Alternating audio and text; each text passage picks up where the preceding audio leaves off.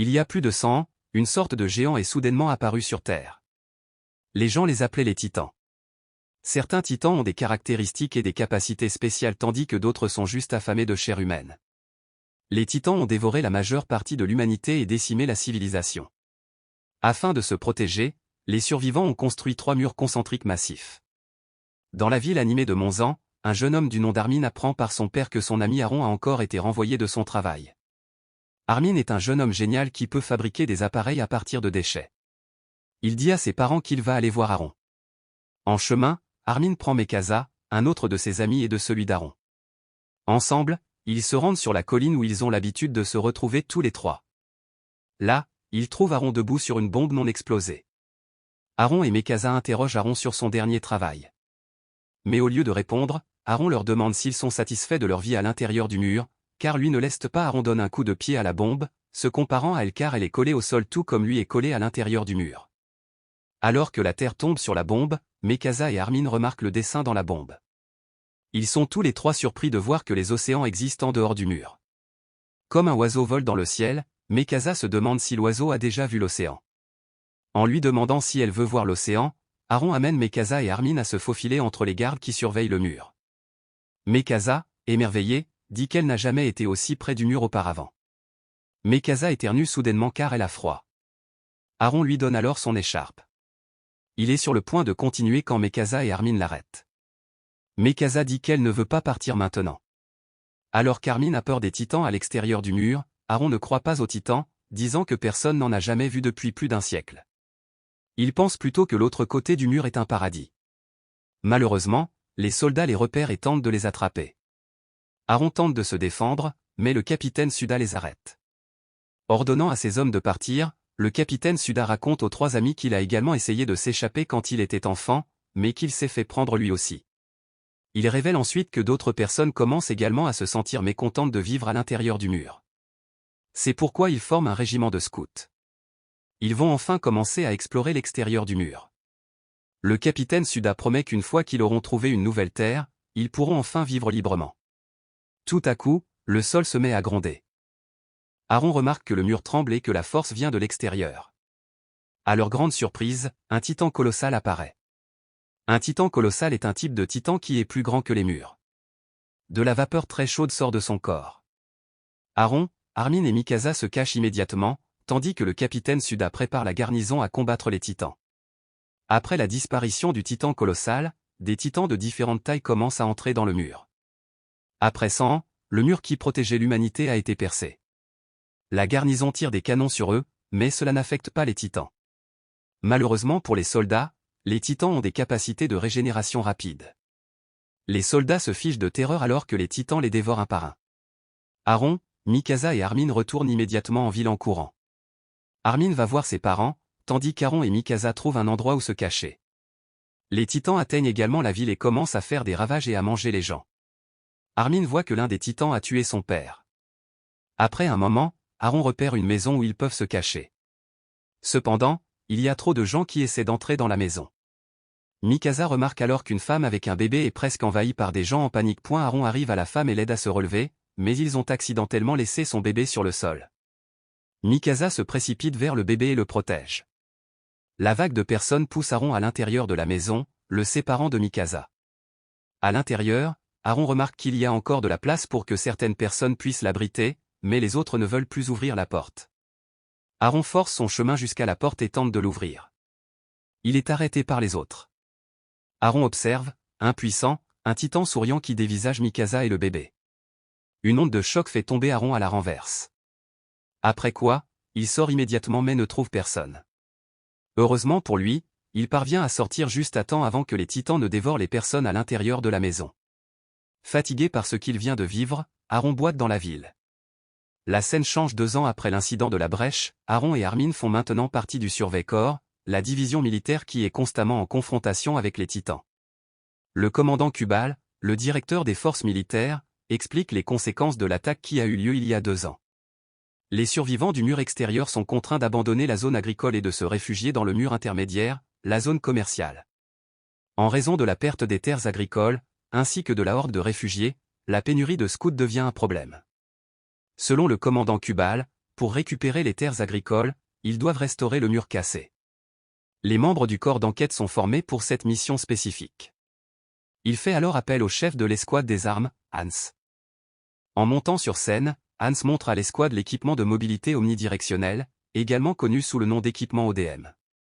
Au point de transit d'Imotomachi, ils rejoindront l'équipe de reconnaissance dirigée par le capitaine Shikishima, et avec l'équipement ODM, Hans est convaincu que la victoire sera entre leurs mains. Avant de terminer le briefing, le commandant Kubal rappelle au corps de reconnaissance qu'il doit se consacrer entièrement à la mission. Alors que le soleil se couche, Aaron regarde les membres du corps d'exploration faire leurs adieux à leur famille, mais contrairement aux autres, personne ne les attendra, eux ou Armin, pour rentrer à la maison. Il s'avère que les deux parents d'Armin sont morts pendant l'attaque. Au dîner, Aaron et Armin voient le capitaine Suda, qui vient juste d'être engagé comme volontaire dans le corps d'inspection. Le vieux capitaine est très heureux de les voir. Suda cherche Mikasa, et les deux hommes ne peuvent lui répondre directement. Aaron se reproche toujours ce qui s'est passé. Pour se venger des titans, il a rejoint le corps des experts. Plus tard, en mangeant, Armin explique la mission à Sasha et Yana. Selon lui, pour recouvrir le trou, ils vont faire exploser une bombe en haut du mur. Puis les débris tomberont pour recouvrir le trou. Ensuite, ils extermineront les titans restants à l'intérieur du mur. Un homme nommé Jean intervient et leur dit qu'il sera difficile d'accomplir la mission. Il continue en parlant de leur équipe, disant qu'ils ne sont qu'une bande de gens qui vont mourir de toute façon. Une femme nommée Lil est déclenchée par les paroles de Jean et pleure. Son petit ami, Fukushi, la console et lui promet qu'il la protégera. Armin dit que Jean a simplement peur des titans. Pisté, il tente d'agresser Armin quand Aaron s'interpose soudainement en demandant si les titans ont des tétons. Incapable de répondre, Aaron se moque de Jean qui parle beaucoup. Même s'il n'a jamais vu un seul titan, Aaron traite Jean d'enfant gâté, ce qui l'énerve encore plus. Ils sont sur le point de se battre quand ils sont arrêtés par le chef d'escadron Hans. Cependant, après le départ du chef d'escadron Hans, Jean ridiculise Aaron pour avoir quitté Mikasa alors qu'il avait vu un titan. Aaron s'agite et tente d'attaquer Jean, mais il est récupéré par un homme appelé Senaji, tandis que Jean est arrêté par les autres éclaireurs. Un peu plus tard, alors que le corps d'enquête se dirige vers Omorimachi, le chef d'escouade Hans et un autre capitaine leur font quelques rappels, bien que les titans dorment la nuit, ils sont encore très sensibles aux voix humaines. Par conséquent, ils doivent rester silencieux à tout prix. Pendant le voyage, Senaji parle de ce qu'il appelle la déesse d'Omorimachi. Il est dit qu'il y a une femme tueuse de titans qui travaille sous les ordres du capitaine Shikashima. Jean remarque qu'elle est plus une faucheuse qu'une déesse. Après un certain temps, les éclaireurs s'arrêtent un moment pour vérifier les lieux. Pendant les repérages, l'estomac de Sasha gronde et Armin lui donne des pommes de terre. D'autre part, Kiana entend au loin la voix d'un bébé. Elle va vérifier seule. Aaron la suit et ils fouillent ensemble le bâtiment. Entendant un bébé pleurer, ils poursuivent leur recherche. Et à leur grande horreur, ils trouvent le bébé titan. Aaron traîne Kiana hors du bâtiment alors que le bébé titan pique une colère. Le cri du bébé titan a alerté les autres titans de la zone. Les autres scouts commencent à paniquer et à faire du bruit. Le capitaine leur dit de se calmer, sans savoir qu'un titan est déjà derrière lui. Le titan attrape alors soudainement le capitaine. Au même moment, Aaron et Kiana reviennent en courant vers le groupe car ils sont poursuivis par un titan. Le commandant Kubal leur ordonne de partir, en laissant les éclaireurs derrière eux. Le chef d'escadron Hans leur ordonne d'utiliser l'équipement ODM pour les rejoindre sur les grands bâtiments. En courant pour sauver leur vie, Armin trébuche. Un titan s'approche rapidement quand Senaji attrape le bras du titan et le projette dans tous les sens. Pendant ce temps, le célèbre capitaine Shikashima et la tueuse de titans se préparent au combat. Pour en revenir aux éclaireurs, ils s'approchent d'un Modmachi lorsqu'ils sont acculés par les titans.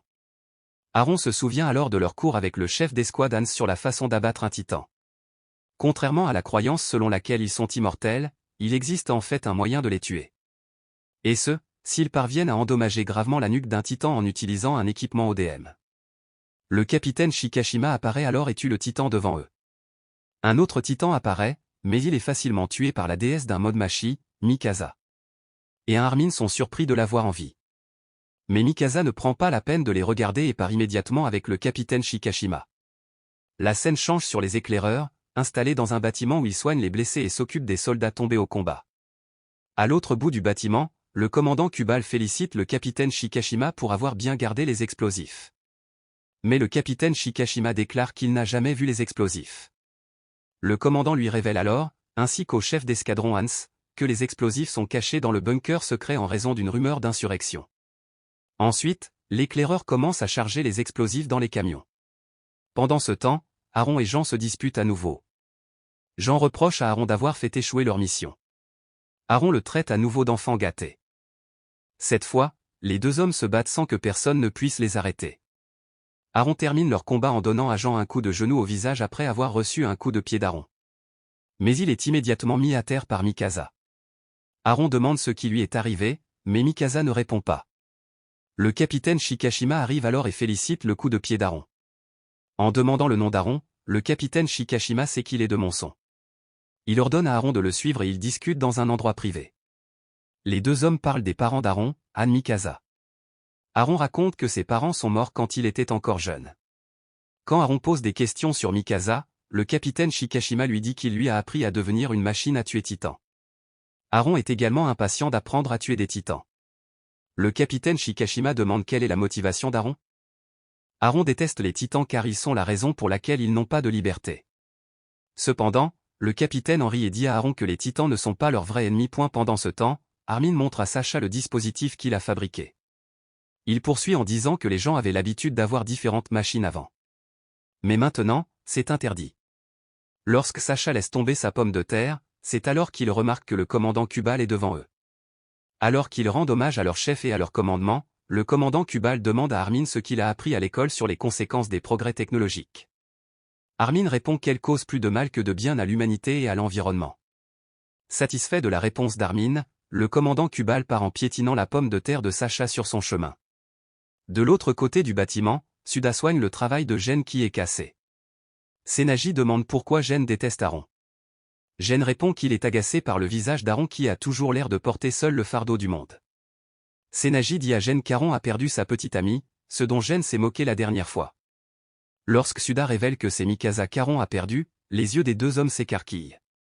En parlant de cela, Aaron s'approche de Mikasa alors qu'elle joue du piano. Aaron dit à Mikasa qu'il est heureux de la voir, mais elle est toujours aussi stoïque que le roc. Mikasa se souvient du jour de l'attaque, il y a 2 ans. Elle et le bébé ont été mangés ce jour-là. Mikasa soulève sa chemise et montre à Aaron une énorme marque de morsure sur le côté de son corps. Aaron est horrifié en voyant la marque sur le corps de Mikasa. Disant que le monde est cruel, Mikasa promet de tuer tous les titans. Aaron est sur le point de s'approcher d'elle quand une pomme lui frappe la tête. En ramassant la pomme, le capitaine Shikashima s'avère être là. Il donne alors à Mikasa la pomme qu'il est en train de manger. Voyant combien ils sont proches et intimes, Aaron part. Dehors, Aaron crie comme un fou quand il s'arrête devant Yana.